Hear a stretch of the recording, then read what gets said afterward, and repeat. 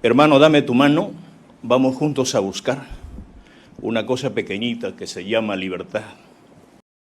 Cuando paso a la segunda vuelta, ahí empieza el golpe. Yo no fui el golpista, tampoco soy golpista. Yo voy con mi propia escolta, voy en el cofre presidencial. ¿Usted cree que una fuga se puede hacer con su propia escolta, con la policía? Y en eso, ahí sí sentí el golpe, con metralleta en mano apuntando a mi hija, a mi hijita. Yo llamé a la prensa a Palacio en 2 oportunidades. Y me trajeron un decálogo para firmar en el momento y le dije, pues tengo que leerla. ¿Cómo puedo leer en el momento ahí y entregarla sin saber cuál es su contenido? Y ahí me hicieron entender de que debo llevar el mismo camino que otros gobiernos. Usted tiene la oportunidad de quedarse sus 5 años. Pero ¿cómo es? A ver, y cuando subo al helicóptero encuentro a la presidenta del Congreso a mi costado, la señora Mari Carmen. Hace un cambio con mi seguridad y se sienta a mi lado y se toma un selfie y no le interesaba visitar la ciudad del Bicentenario porque yo tenía una actividad, ir, supervisar y volver. Y cuando se sienta a mi lado me dice, me codea y me dice, necesito 2 ministerios para que te quedes hasta 2026. Urgente. ¿Sabe qué, señores magistrados, pueblo peruano? Nunca salió el avión presidencial al mantenimiento. Hubo una orden para que no la usen. Y me di con una sorpresa de que la propia Marina estaba llenando las embarcaciones chinas, robándose el guano de la isla. Y cuando se habla del BRAE, 40 años militarizado, me di cuenta que el problema de la droga, el problema de eso, no está en el BRAE, está en el Callao, está en el puerto. Reitero, no he venido a pedir clemencia, menos absolución de mi caso. Solamente pido justicia. ¡Viva el Perú!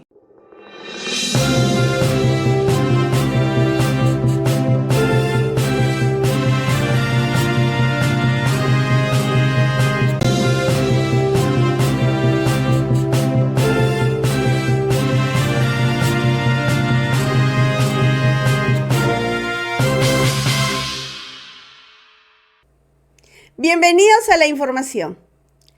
El día en que Pedro Castillo habló y el establishment se puso nervioso. La sesión número 84 del juicio seguido al presidente Pedro Castillo y sus coacusados no fue una audiencia común. Fue un remesón, un sacudón de esos que hace temblar escritorios, guiones y conciencias. Por unos minutos, la sala dejó de ser un recinto judicial y se convirtió en un ring donde el silencio pesaba tanto como la respiración de los nerviosos. Después de más de 2 años de silencio, el presidente Pedro Castillo tomó la palabra y cuando habló, no solo incomodó, encendió alarmas en aquellos que venían rezando para que nunca más abriera la boca. Los jueces tensaron el cuerpo. El fiscal, que siempre parece tener el control, casi rompe su lapicero. Y al otro lado del país, más de un poderoso sintió que el suelo se movía bajo los pies, porque lo que Castillo soltó ese día no estaba en ningún manual judicial. Eran golpes directos, cachetadas políticas, dardos venenosos a estructuras que jamás imaginaron ser mencionadas en voz alta dentro de una sala de audiencias. Todo comenzó con el ritual de siempre. La jueza Norma Carvajal, recitando el artículo 391 como si el código fuera un escudo antibombas, le advirtió que debía limitarse a lo estrictamente imputado. Pero ese aviso cayó en un vacío tan grande como la credibilidad del proceso. Castillo ya tenía decidido que ese día no iba a limitarse ni a su defensa ni al libreto de nadie. Y así fue. Cuando le dieron la palabra, no lanzó un argumento, lanzó un eslogan de guerra. Hermano, dame tu mano, que vamos a buscar una cosa pequeñita que se llama libertad. Una frase que sonó más a declaración de rebelión que a defensa técnica. Dijo que no pedía absolución, sino justicia, y hasta mencionó a su sombra como quien avisa que no teme ni a los vivos ni a los que lo rodean. Desde ese instante, la audiencia dejó de ser jurídica, se volvió política, frontal y peligrosa. Los jueces, desesperados por mantener el control, lo interrumpieron varias veces exigiendo que vaya al punto. Castillo respondió sin pestañear: «Usted me interrumpe y no me deja explicar el punto central».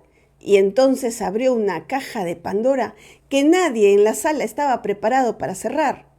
Recordó su origen humilde, maestro rural, campesino, rondero, y lanzó la acusación que desde hace tiempo muchos evitan escuchar: que no lo juzgan por delitos, sino por su origen, por su sombrero, por haber roto la regla no escrita del poder. Los de abajo no gobiernan. Pintó un país fracturado, con pobreza estructural, desigualdad, abandono estatal, contaminación minera, migración masiva y cinturones de miseria que crecen como cicatrices que nadie quiere ver. Luego apuntó hacia uno de los pilares del sistema, la Constitución actual. La llamó heredera de un golpe y propuso tocar el intocable, el artículo 62, ese que según él garantiza privilegios blindados para los grupos económicos de siempre. Pero el momento más tenso llegó con una pregunta que se clavó como aguja en la sala. ¿Quién dio realmente el golpe de Estado? Y su respuesta fue una bomba. Habló de encañonamientos dentro del vehículo presidencial, metralletas apuntadas a su familia y un proceso de desestabilización que, según él, empezó desde el día 1 de su mandato, cuando para el sistema todavía era imperdonable que un maestro rural haya llegado al poder. Después vino el tramo más explosivo. Acusó extorsiones políticas, tarifas mediáticas y presiones directas de congresistas, nombrando a María del Carmen Alba para recibir ministerios a cambios de gobernabilidad. La sala ya no respiraba, jadeaba. Luego entró al tema que realmente irrita al poder: la economía. La famosa deuda interna. Dijo que el verdadero problema no es la deuda externa, sino la deuda histórica con el propio pueblo. Contó que el jefe de la SUNAT le habría revelado cómo un poder judicial y ciertos fiscales bloquean sistemáticamente el cobro a las grandes empresas. Afirmó que llamó al ministro de Economía para aclarar que no buscaba estatizar nada, sino democratizarlo, que propuso que las grandes deudas se paguen con obras, escuelas, hospitales, puentes, y que por atreverse a tocar esos intereses comenzaron a pintarlo como comunista, chavista, golpista y corrupto. 3 años de acusaciones sin pruebas, dijo, y remató: no me la van a encontrar. Criticó el modelo extractivo con una frase que cayó como dinamita: de cada 10 soles de utilidad, 7 se los llevan afuera y 3 quedan para el país.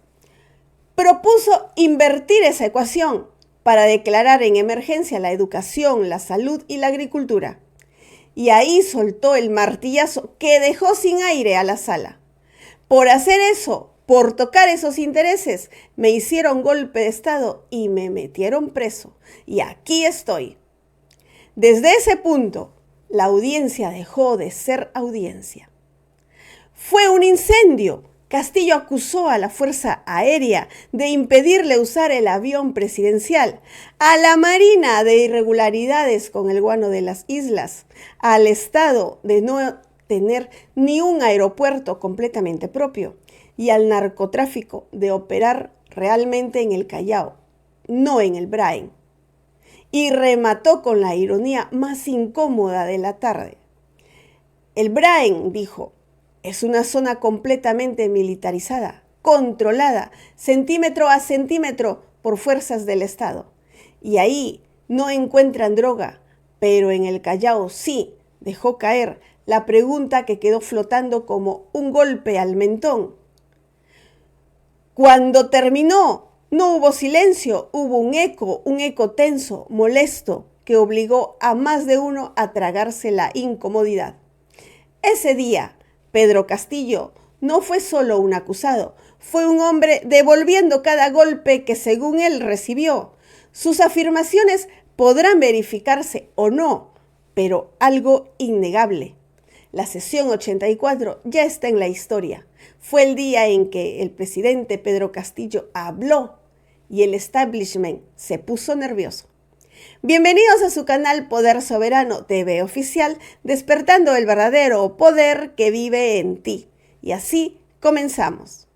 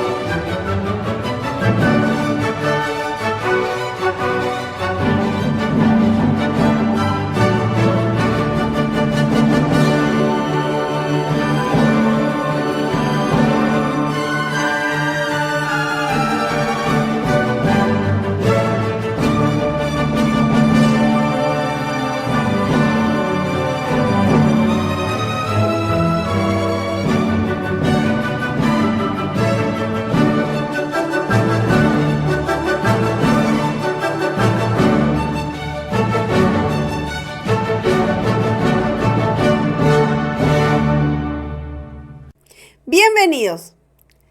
Hoy te contamos lo que pasó en la sesión 84 del juicio seguido al presidente Pedro Castillo y sus coacusados. Una audiencia que dejó de ser audiencia para convertirse en un terremoto político. Una sesión donde el presidente Pedro Castillo rompió 2 años de silencio y más de un poderoso empezó a sudar frío. La sesión número 84 no fue común ni ordinaria. Fue un remesón, un sacudón que transformó el recinto judicial en un escenario cargado de tensión. Los jueces rígidos, el fiscal apretando su lapicero y al otro lado del país los grandes intereses inquietos. Todo empezó como siempre. La jueza Norma Carvajal recitó el artículo 391 del Código Procesal Penal exigiendo que Castillo se limite al tema imputado. Pero ese aviso cayó en vacío. Ese día el presidente Pedro Castillo ya había decidido que no iba a limitarse a nada. Pero antes de ello, vamos a hacer lectura a lo que dice el artículo 391 del Código Procesal Penal, que señala: se concederá la palabra al acusado para que exponga lo que estime conveniente a su defensa. Limitará su exposición al tiempo que se le ha fijado y a lo que es materia del juicio. Si no cumple con la limitación precedente, se le podrá llamar la atención y requerirlo para que concrete su exposición. 2. Si el acusado incumple con la limitación impuesta, se dará por terminada su exposición y en caso grave se dispondrá se le desaloje de la sala de audiencias. Bien, esas son las precisiones legales respecto de la autodefensa. Así que, como ha oído usted a sus coacusados, bien, tiene la palabra el señor Castillo Terrones. Vamos a escuchar su autodefensa y reiteramos, queremos escucharlo, usted lo ha dicho en varias ocasiones, sobre los hechos vinculados a la acusación. ¿Entendió la explicación? Buenos días, sí, perfectamente. A ver, un momentito. Sí, tiene usted la palabra, señor Castillo.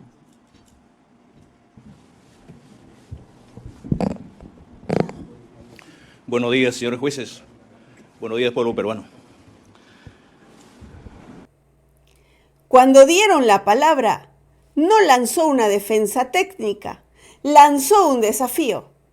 Hermano, dame la mano, que vamos a buscar una cosa pequeñita que se llama libertad.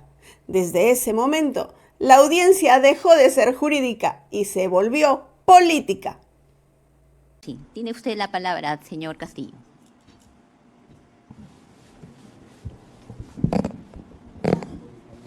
Buenos días, señores jueces. Buenos días, pueblo peruano. Comienzo no con un eslogan filosófico ni con entendidos en temas jurídicos, sino lo que dice el mismo pueblo. Hermano, dame tu mano, vamos juntos a buscar una cosa pequeñita que se llama libertad. Hoy comparezco ante ustedes como un presidente de la República secuestrado por un proceso injusto y un proceso diseñado para destruirme. No me voy a enseñar a otra cosa sino a los hechos, pero un hecho que viene antes, durante y después, porque acá se ha leído lo que se decía, el mensaje a la nación, que el día 7 de diciembre, según dice la Fiscalía, que era un mensaje a la nación. Y yo lo dije el 4 de marzo, que es un clamor popular trasladar hacia el pueblo a través de un discurso político. ¿Y por qué, señores jueces y pueblo peruano? Yo al inicio, el 4 de marzo, yo los dije a ustedes, cuando asumo y viene una fila de abogados a Barbadillo, tocando la puerta. Presente, presente. Usted tiene derecho a la defensa, una acción de amparo, un habeas corpus, esta demanda, acá, allá, todo. Y todo era negado. Y usted, señora magistrada, al margen de cosas, yo no tengo un problema personal, nada con usted, yo le conocí en este proceso. Usted ratificó que yo tenía responsabilidad, que tenía armas en el palacio, y hay 13 resoluciones de las que me tienen preso acá. Y hoy nos hemos dado cuenta que no existe delito de rebelión. Y ahí la prensa dice, tiene 20 abogados, 40 abogados, tiene tantos abogados. Sí, pues, al pueblo la defiende el pueblo. Yo no pagué un centavo por aquellos abogados, pero sí algunos abogados que vienen del interior del país, mi familia preocupada para cubrir algunos gastos de pasaje, algunas copias, mi familia se ha visto obligada en hacer algunas actividades. Yo los agradezco a ellos. Y cuando presento todas estas demandas, veo que no es un tema legal, no es un tema jurídico, es un tema político. Ustedes me escucharon el 4 de marzo. Y cuando veo que en todo este recorrido, por más abogado que tenía que traer a esta sala, me di cuenta de que ustedes ya tenían una consigna. ¿De qué me sirve traer a un abogado entonces, o gastar, o pedir el servicio de un abogado, si todo está cantado? Los jueces intentaron frenarlo. Lo interrumpieron, le exigieron que vaya al punto, pero Pedro Castillo les respondió directo. Usted me interrumpe y no me deja explicar el punto central. Y ahí empezó a desplegar todo. Yo les planteo y les digo, señores magistrados, ustedes pueden tener salud, están preocupados en el derecho, pero me imagino que ni siquiera ustedes han hecho su último chequeo médico. El padre de familia, el ciudadano, se saca todo el jugo trabajando, y cuando ha forjado su vida, vienen los años, se va a un médico y descubre que tiene un cáncer a la tercera etapa.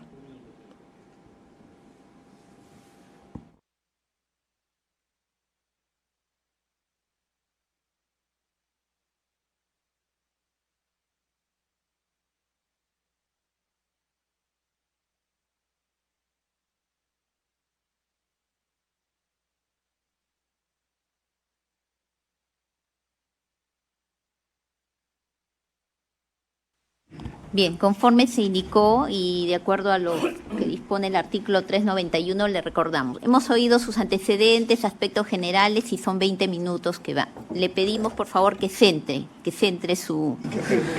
En el marco de imputación, Sí, señor la magistrado. prueba que se ha visto en el juicio oral, usted ha estado todo el juicio oral y usted conoce bien cuál es. Sí, señor magistrado. Es que lo digo porque eso está en la hoja que leí el 7 de diciembre. Sí, eso nos interesa conocer. A eso voy. Pero centre el tema. Centre el tema. Faltan unos minutos, señor magistrado, para concluir esa etapa preliminar. Estoy haciendo una línea de tiempo nada más. Sí, por favor. pero dosifique su tiempo para que pueda utilizarlo Sí, adecuadamente. Ya ha gracias. pasado 20 minutos. Concluyo Por eso, entonces. Espero que me dé su- los mismos tiempos del mismo Ministerio Público. Yo tengo tres Podemos carpetas. escucharlo, pero nos interesa conocer Sí, los gracias. temas de la acusación. Concluye entonces esta parte. Muerte a Castillo, vete al carajo, tantas cosas. Señor Entonces, Castillo, vamos al tema central. por favor, estoy culminando. dispuse de que el guano de la isla se vaya a los agricultores, porque de frente, lejos de decir, he presentado estos proyectos de ley, tenemos que agendarla. Sí, pero nos interesa el tema Sí. central y ya Por se lo favor, vamos doctora, reiterando. el Por pueblo favor. necesita saber, escúchame. No, es que este está no es bien. un escenario Sí. político. Acá No es no escenario nos político, son las necesitamos realidades. saber, Doctora, le es la hemos verdad, dado la más de verdad. 20 minutos. Doctor, por favor, un hito. ¿no? Ya vamos 30 minutos Sí. y usted no ingresa al tema central. Ingrese, por favor. Concluyo, doctora. No, ingrese al tema sí, central. Sí, por eso, ¿me entiende? Cuando yo hago mención, a ver, de todas estas cosas, justamente para encajar cómo se elabora ese documento, pero usted no me deja participar. Todas esas cosas, cuando yo traslado al gobierno, al país, recibo folders, recibo solicitudes y recibo a través del personal. ¿Y sabe quién es el testigo que debería estar acá en todo caso? ¿Cuál ha sido mi actitud? Es el edecán. Porque el edecán personal, la persona que está al lado del presidente, sabe qué recibe, qué te da, quién viene, quién ingresa, quién no ingresa, a qué hora come el presidente, qué es lo que está haciendo. Él es el testigo presidencial, es la persona más cercana al presidente de la República. Y él ha venido acá.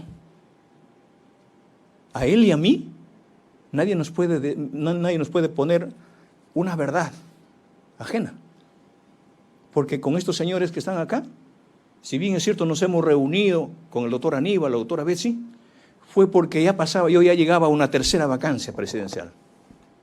Yo recibí al pueblo en Palacio de Gobierno. Yo no me reuní a puerta cerrada con empresarios, con la prensa, nada. Yo abrí las puertas de Palacio. Ingresaban todo el personal, todo el pueblo peruano. Y ahí me encontraba, señor presidente Castillo, algo de salud, algo de agricultura, cómo reconstruir, cómo atender las necesidades. No me va a creer, señores magistrados, habrá habido un promedio de 4 o 5 quintales de solicitudes en el despacho presidencial. Y ahí y revisaba así, y ahí encontraba algunas sugerencias, ¿me entiende? Yo tenía un aproximado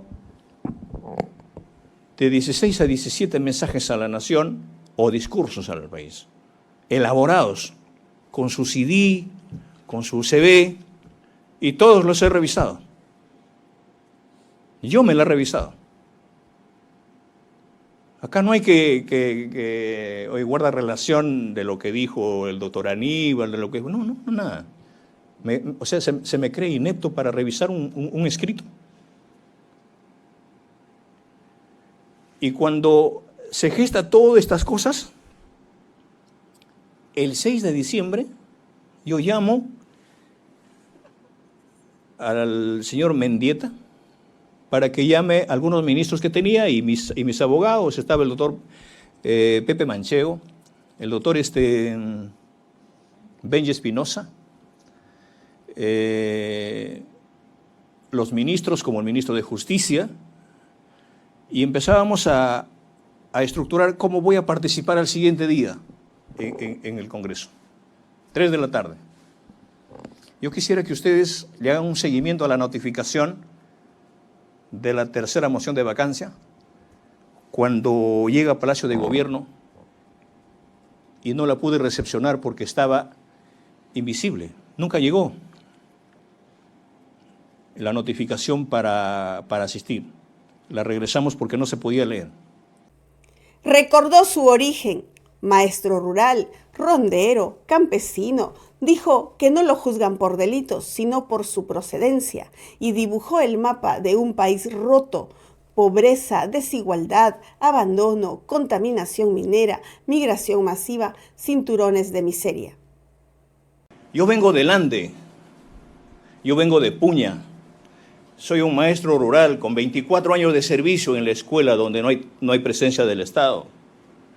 Vengo de una familia totalmente humilde, una familia trabajadora, como lo son miles y millones de compatriotas. donde no tienen una voz y nunca lo han tenido. Vengo de allá del aula, de la escuela de Carvalho, en una escuelita muy lejana en la provincia de Cutervo, al lado del Marañón. Vengo de aquella escuela de Chumar, donde es un potencial productivo. Vengo de Puña, de aquella escuela donde me forjé. Y ahí en las aulas encontré muchos niños, que incluso uno de ellos fue mi sombra siendo presidente de la República. Y ahí en esa aula encontré muchos ejemplos y encontré también muchos maestros preocupados por la situación real del país. ¿Por qué? Porque hemos encontrado a los hijos del pueblo con la misma mochila, la misma ropa. Hemos encontrado en el aula a aquellos niños que solamente se alimentan con un tamal calentado y un camote asado. Y cuando veíamos esa realidad, yo con mi propia experiencia, en una de las oportunidades expliqué ante los maestros y ante los padres de familia cómo podemos hacer para revertir toda esta situación. Y eso está incluido en el discurso que lo di el 17. Y por eso, esos son los antecedentes para llevar a cómo se hizo ese discurso. Yo no entiendo por qué están los señores, ¿qué hacen acá? En la realidad nacional educativa, vi que cuando 20 alumnos se matriculan en la primaria y apenas 15 alumnos terminan, los 15 van a la secundaria. Los 15 que ingresan, 10 concluyen la secundaria. Y de ellos, solamente 3 o 4 pueden ir a una academia y pueden ingresar a la universidad o a un centro tecnológico o a un centro técnico. Y de los 20, solamente 1 puede tener un título a nombre de la nación y que cuando va a tocar una oportunidad laboral resulta siendo taxista, que cuando profesionalmente es ingeniero, es maestro, es abogado, es un profesional. ¿Y los 19 dónde quedan? Frustrados, abandonan su familia, abandonan su casa y van a Lima, van a Trujillo, van a Arequipa, a las grandes ciudades, a formar los grandes cinturones de pobreza, en busca de trabajo, en busca de oportunidades, en busca de una universidad. Y cuando no los hallan, son víctimas de la delincuencia, víctimas de toda cosa. El problema de la delincuencia en el país no es un problema que hay que sacar un patrullero, hay que sacar al ejército, es un problema estructural, es un problema de voluntad política. Los habla un presidente de la República, señores jueces. Y no solamente el problema educativo, el problema de los niños, el problema de los jóvenes. Acompañar a los ronderos. Yo vengo de la cuna de las rondas campesinas, de Chota, de Cuyumalca, del centro poblado. Acompañado a mis ronderos, que mis propios padres de familia eran ronderos y he rondado con ellos. He tenido la suerte de quitarme el libro a un lado los viernes en la noche a partir de las 8 de la noche, durante toda la semana y rondar con mis padres de familia. Usted va, señores magistrados, a Chota, a mi pueblo. Dejen su carro, dejen su moto ahí la van a encontrar. No necesitan un policía para que la cuide. Esas son las verdaderas autodefensas que asumimos. Y cuando hemos salido a combatir no solamente la delincuencia, el abigeato, hemos luchado con los padres de familia, defendiendo el agua, defendiendo los páramos, defendiendo los colchones acuíferos, defendiendo el medio ambiente, como en Cajamarca. Y producto de esas luchas, para ser escuchados, hemos tenido que ir al camino, a la carretera, para ser escuchados. Y cuando hemos gritado que se respete la vida, que se respete la educación, que se respete tantas cosas, ¿qué nos han dicho las autoridades? Terruco, comunista, delincuente, ignorante. Estoy acá no porque me juzgan por haber cometido actos delictivos, sino me juzgan por mis orígenes, por mi sombrero. ¿Cuánto me hubiese gustado? Y estoy seguro que ustedes me hubiesen prohibido entrar con mi sombrero el día de hoy. Y quise venir desde el 4 de marzo. Pero eso es parte de mis usos y costumbres, de mi vestimenta. Pero gracias a ellos, señores jueces, hay cosas antagónicas que me han llevado a una lucha desde la calle con los maestros. ¿Sabe por qué? Porque vengo de la región Cajamarca, una región eminentemente minera, que le ha puesto los manteles y le ha parado la olla a este país toda la vida. Vengo de esa región que históricamente desde la conquista, Atahualpa para su rescate, no hay otro lugar en el mundo, sino que en Cajamarca, que se haya pagado el precio más caro de la libertad. 2 cuartos de plata y 1 de oro, y nunca tuvo libertad. Y conmigo no descarto esa posibilidad. Cuando hemos hecho eso, hacía de conocimiento a las autoridades, a los gobiernos regionales, lleven esto al gobierno, lleven esto al alcalde. Nosotros hemos construido nuestra escuela haciendo nuestros propios adobes, no hay presencia del Estado. He sido partero en mi escuela. Cuando un padre de familia, un alumno se desmaya en la escuela, ¿dónde la llevas? A una posta donde apenas hay un paracetamol, pero no hay un médico. He tenido que cargar con camilla 3-4 horas al distrito. Y encuentras lo mismo. ¿Dónde está el Estado? Lo decía que vengo de Cajamarca porque es una región eminentemente minera. Y cuando vemos a los padres de familia que se van y te siembran una papa, esa planta se pudre, se cae su raíz. Te crían una oveja, se cae su lana. ¿Producto de quién? De la contaminación ambiental. Teníamos que salir a luchar. He acompañado a los paperos en el centro del Perú, de Huancayo, de Pachitea, de Huánuco. Hemos ido a sus luchas a los pueblos originarios de la selva. Cuando un pueblo originario sale a defender las tierras, las partes productivas, para mañana ya no aparece, está muerto. Hemos ido a Arequipa a defender el Valle del Tambo. Hemos ido a Piura a defender el Río Blanco. En todas las luchas. Por eso es que el pueblo me conoce. Yo recorrí el 100% de las provincias del país. Conozco al Perú por dentro. Nunca encontré a un reportero, nunca encontré a un periodista diciendo la verdad. Jamás, nunca la encontré. Pero cuando venimos a Lima a trasladar una causa y preguntábamos, ¿por qué razón es que en Cajamarca, en Piura, en nuestro pueblo donde venimos, tocamos la puerta para ver el tema educativo y te envían al director regional de educación? El problema de agricultura, al director regional de agricultura. De minería, al director regional de minería. De turismo, igual. ¿Y dónde está la dirección regional de economía?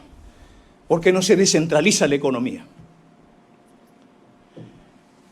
Y ahí nos convencimos que no solamente en Cajamarca produce eso. Si es una región, ¿por qué eminentemente minera? ¿Por qué Cajamarca ocupa el segundo lugar en pobreza y extrema pobreza? ¿Por qué en Huancavelica, en las alturas de esta región eminentemente minera, donde de ahí viene lo que el día de hoy estamos usando, esta energía eléctrica, que viene del Mantaro, donde nace el Mantaro, a 400 metros hay familias que se alumbran con mechero. No hay luz eléctrica. ¿Por qué en el Cusco, cuando usted va a ver, y pomposamente decimos que tenemos al gas de Camisea, a 1 kilómetro, hay familias que cocinan con leña? ¿Por qué al litio se le mira a Puno? ¿Por qué? Porque había en mi gobierno exigiéndome que entregue el litio fuera del país. Luego, tocó un punto que incomoda al poder, la Constitución. La llamó heredera de un golpe. Propuso modificar el artículo 62, ese que según él protege exclusivamente a las grandes empresas. Me culpan de un golpe de Estado tan solo por leer una hoja, pero he encontrado la realidad que sí es producto, me dicen que es un golpe por leer una hoja, pero esto sí es producto de un golpe. La realidad lo dice a gritos. Descubro de que justamente en esta Constitución, en el artículo 62, protege a las grandes empresas. Y debatimos en el ministerio, en el gabinete. ¿Y cómo se tiene que cambiar esos contratos ley? Estoy hablando de esto, que está en el artículo 62. No lo puede cambiar el presidente, el Congreso, no lo pueden cambiar ustedes, no lo puede cambiar nadie, salvo el pueblo a través de una asamblea constituyente. Tenemos que cambiarlo, pero con participación ciudadana. Todo junto con el pueblo, sí se puede. Juntos con el pueblo, todo se puede. Relató encañonamientos, metralletas apuntadas a su familia y dijo que la desestabilización empezó desde el primer día de su mandato. Y entonces surge la pregunta, ¿quién dio realmente el golpe de Estado? Cuando paso a la segunda vuelta, ahí empieza el golpe. Yo no fui el golpista, tampoco soy golpista, no soy terrorista, soy un maestro, soy un campesino. Nos han quitado todo, nos han quitado la esperanza, nos han quitado la educación, nos han quitado la salud, lo ha demostrado la pandemia. Nos han quitado los derechos, pero también nos han quitado el miedo, señores magistrados. Señores magistrados, he sido víctima de difamaciones, de imputaciones, de terruqueos. Me han dicho ignorante, que tengo un nivel bajo. Póngame al piso si quiere, pero soy de abajo. Soy de los miles de millones de compatriotas.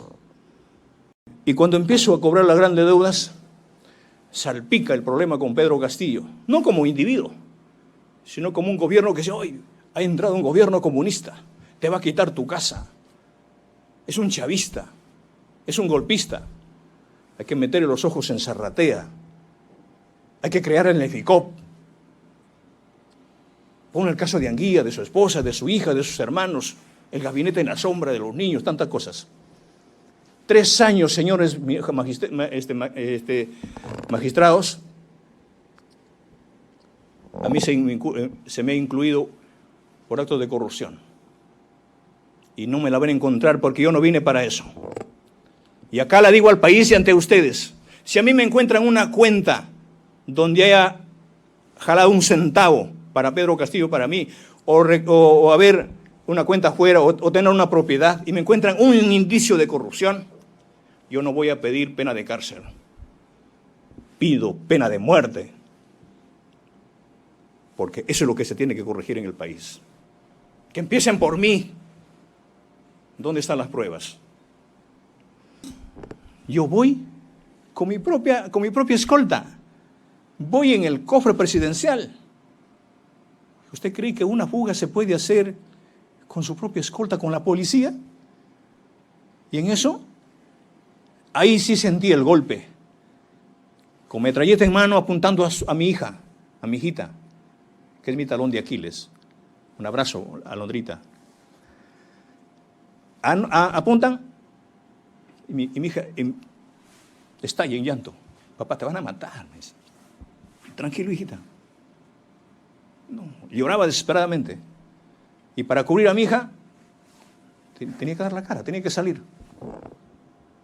Ahí están las imágenes. Me hubiese gustado que me den la oportunidad para verla. Pero bueno. Me acompañaba el doctor Aníbal. Porque él sabía que vamos a volver a Palacio. Todas mis cosas estaban en Palacio. Y tenía que dar la cara. ¿Por qué me tengo que fugar? Ahí soy arrestado. Y cuando soy arrestado, yo digo, ¿qué es lo que está pasando? Y me arrestan siendo presidente de la República, señores magistrados. Y estando en la prefectura, 10 minutos después, se produce una vacancia express. Yo quisiera preguntarles a ustedes, ¿desde cuándo cambió el tema de la aritmética? En el Perú, 101 es igual a 104, entonces. ¿No tuvieron la votación calificada? ¿A dónde correspondía llevar a un presidente de la República? Primero me detienen, luego hacen una vacancia y no tuve derecho a defenderme. Tampoco tuve derecho al antejuicio. Pero con la señora Dina sí se cuidaron. Hay que tener más de los 104 votos. Producto de ello, estoy acá. Acusó extorsiones políticas, pagos exigidos por ciertos medios y presiones directas de congresistas, mencionando incluso a María del Carmen Alba, que según él pedía ministerios a cambio de dejarlo gobernar. Yo llamé a la prensa a Palacio en 2 oportunidades. Y me trajeron un decálogo para firmar en el momento y le dije, pues tengo que leerla. ¿Cómo puedo leer en el momento ahí y entregarla sin saber cuál es su contenido? Y ahí me hicieron entender de que debo llevar el mismo camino que otros gobiernos. Usted tiene la oportunidad de quedarse sus 5 años. Pero ¿cómo es? Y teniendo la prensa ya, dije, ¿sabe qué? No. Y ahí empecé a entender también de que las grandes empresas, el grupo de comercio, son los que más deben al país. como Panamericana. ¿Cuánto va a pagar usted los 226 millones de soles que dio el país? RPP, todos los programas, todas las empresas. Salpicaron y dijeron, usted no va a llegar al 2026. Y acuérdese de nosotros. Por eso estoy acá. También fui a Ancón a ver la ciudad del Bicentenario. Ustedes deben saber eso, por cultura. Y fui a ver, y cuando subo al helicóptero encuentro a la presidenta del Congreso a mi costado, la señora Mari Carmen. Hace un cambio con mi seguridad y se sienta a mi lado y se toma un selfie. Y no le interesaba visitar la ciudad del Bicentenario porque yo tenía una actividad, ir, supervisar y volver. Y cuando se sienta a mi lado me dice, me codea y me dice, necesito 2 ministerios para que te quedes hasta 2026. Yo pensaba que era una broma porque le dije, ¿cuándo vamos a ir a Contumazá? Porque ella es mi paisana. ¿Qué Contumazá ni Contumazá? Yo necesito 2 ministerios. Y en eso entendí, yo pensaba que era algo así como paisano, ¿no? No le interesaba ver la ciudad, yo hice mi función, hice el trabajo, regresé, subió, se volvió a sentar a mi lado. Cuando llegamos al grupo número 8, y me dice, estoy hablando en serio, ¿me vas a dar o no me vas a dar? No, le digo, ¿por qué? Tengo que compartir eso. Tienes que hacerlo, me dice. Tienes que compartir el gobierno.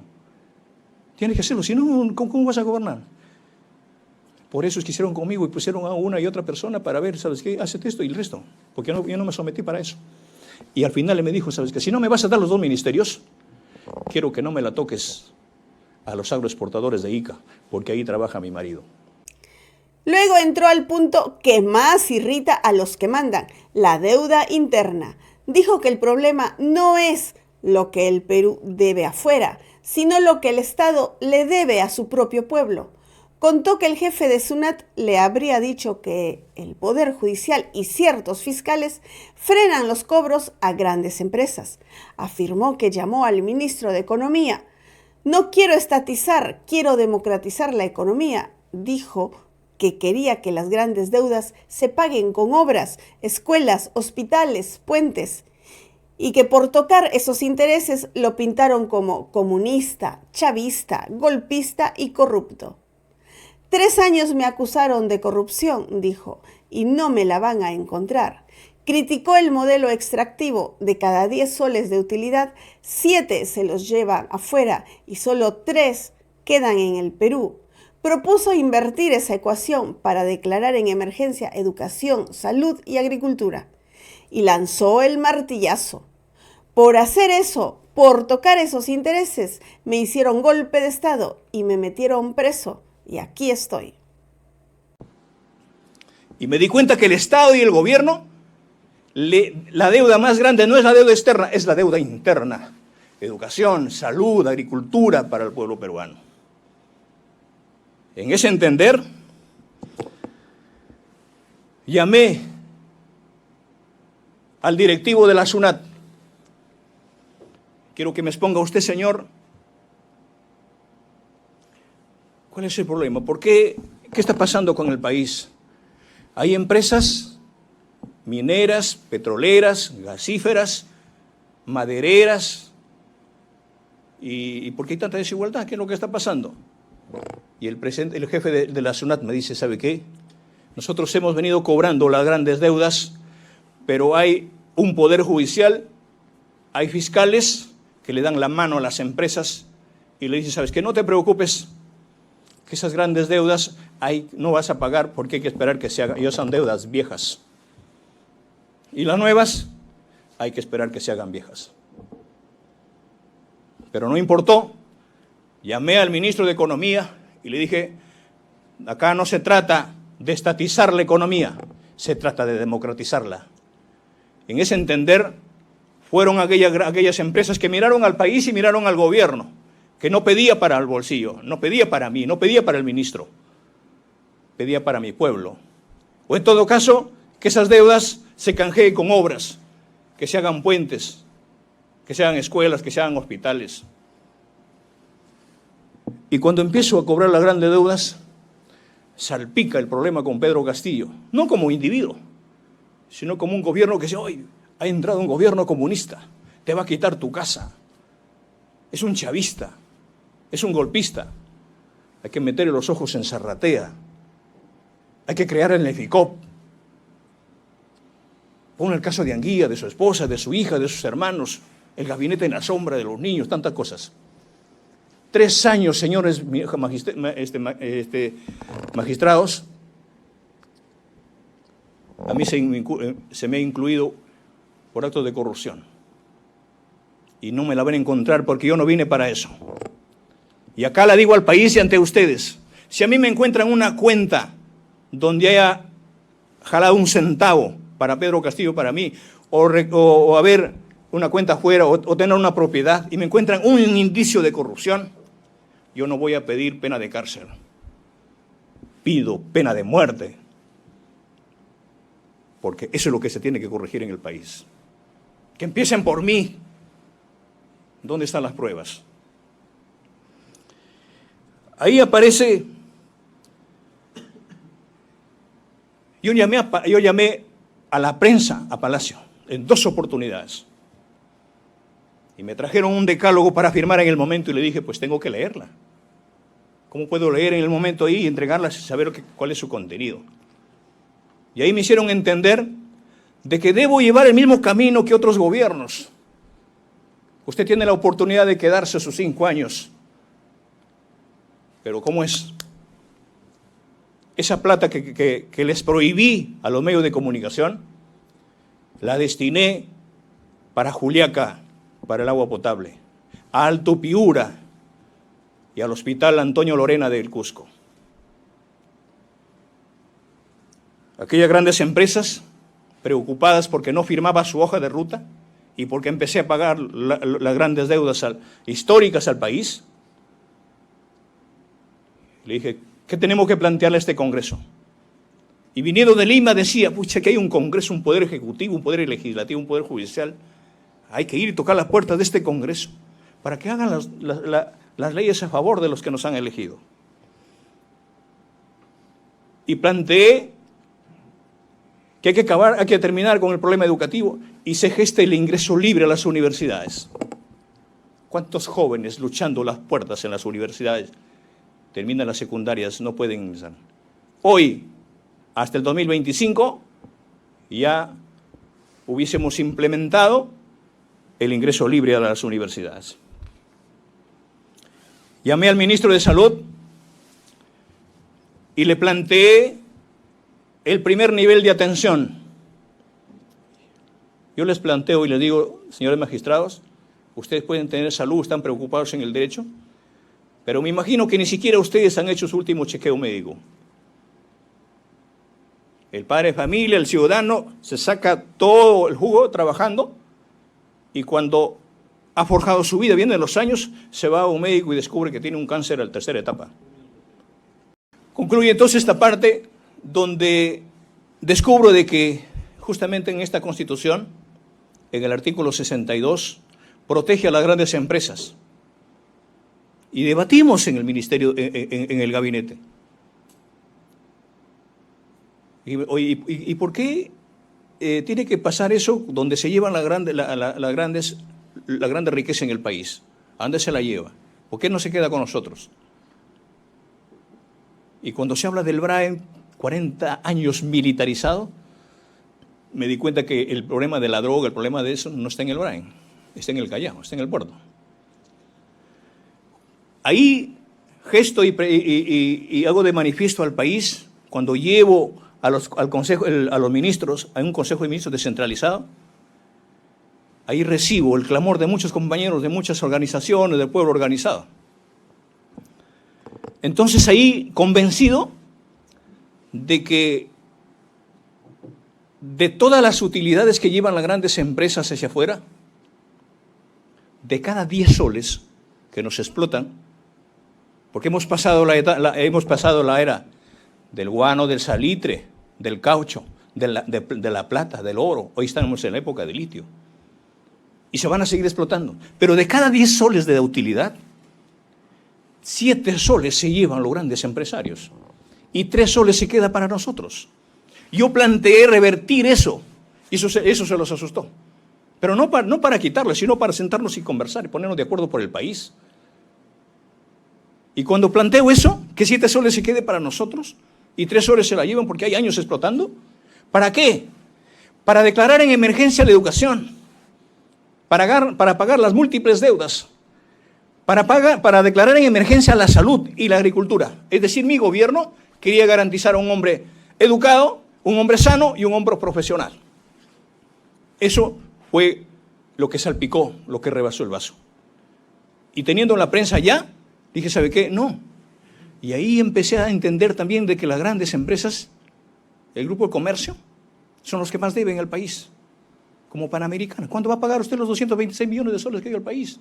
RPP, todos los programas, todas las empresas. Salpicaron y dijeron, ¿sabe qué? Usted no va a llegar al 2026. Y acuérdese de nosotros. Por eso estoy acá.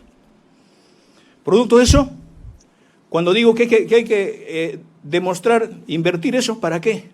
Porque creíamos que en el Perú ningún trabajador con título a nombre de la nación que le dé el Estado debe estar en la calle. Joven que termina su universidad con título, a trabajar, garantizarla. Pagar la deuda externa, que no debe haber ningún empleado contratado en el país. Y el problema del transporte, oye, elimínese la ATO, elimínese la SUTRAN, porque son temas que se han hecho todas estas cosas. Pero eso, 64 proyectos de ley al Congreso de la República y no se implementó. La audiencia ya era pólvora. Castillo entonces acusó a la Fuerza Aérea por impedirle usar el avión presidencial, a la Marina de Guerra por irregularidades con el guano de las islas, al Estado por no tener ni un aeropuerto completamente propio y al narcotráfico que, según él, opera realmente en el Callao. Y agregó un golpe irónico: el Brain está totalmente militarizado, centímetro por centímetro controlado, y ahí no encuentran droga, pero en el Callao sí. Cuando asumí el gobierno, señores magistrados, ustedes deben recordar, yo asumí el 28 de julio del año 2021. Al día siguiente se produjo un sismo en Piura. Abandoné la parada militar y fui a atender a esa población. Y pedí el avión presidencial. Y me dijeron, ¿sabe qué, señor presidente? El avión presidencial está fuera del país hace 3 meses en mantenimiento. Volví a pedir el avión presidencial para ir al BRAE y me dijeron, ¿sabe qué? A fines de septiembre está llegando. Cuando tenía que ir otra vez a supervisar el problema de Piura, volví a preguntar, me dije, en noviembre llega. Y cuando fui a Ayacucho a hacer mi informe de los 100 primeros días, ofrecí y dije al país, voy a vender el avión presidencial. Cuando regresé, me dijeron, me recibió uno de la FAP. ¿Qué tal? ¿Cómo está? Preocupado, presidente, por su anuncio. ¿Y qué ha pasado? ¿Usted va a vender el avión presidencial? Sí, ¿por qué? Porque no me es útil. ¿Sabe qué, señor presidente? Usted programa de cada 15 días alguna actividad. Hemos exigido que venga el avión presidencial urgente. ¿Sabe qué, señores magistrados, pueblo peruano? Nunca salió el avión presidencial al mantenimiento. Hubo una orden para que no la usen. En plena pandemia, cuando hubo un problema de la uria y habían gritos que decían, muerte a Castillo, vete al carajo, tantas cosas, dispuse de que el guano de la isla se vaya a los agricultores, porque es un problema de emergencia. Y eso está en lo que se ha leído, por favor.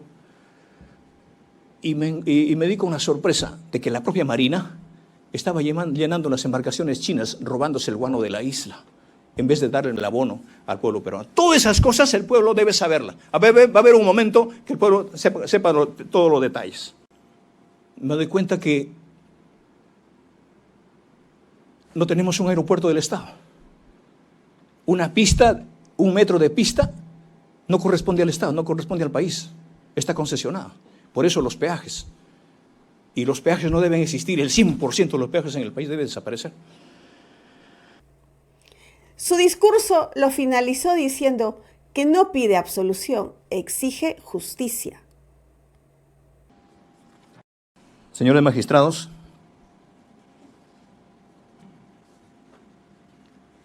yo no vengo acá a pedir absolución. Yo no vengo a pedir clemencia ni simpatías. Vengo a exigir justicia. Ustedes están juzgando a un hombre político, a un presidente de la República, y detrás de ustedes hay una familia.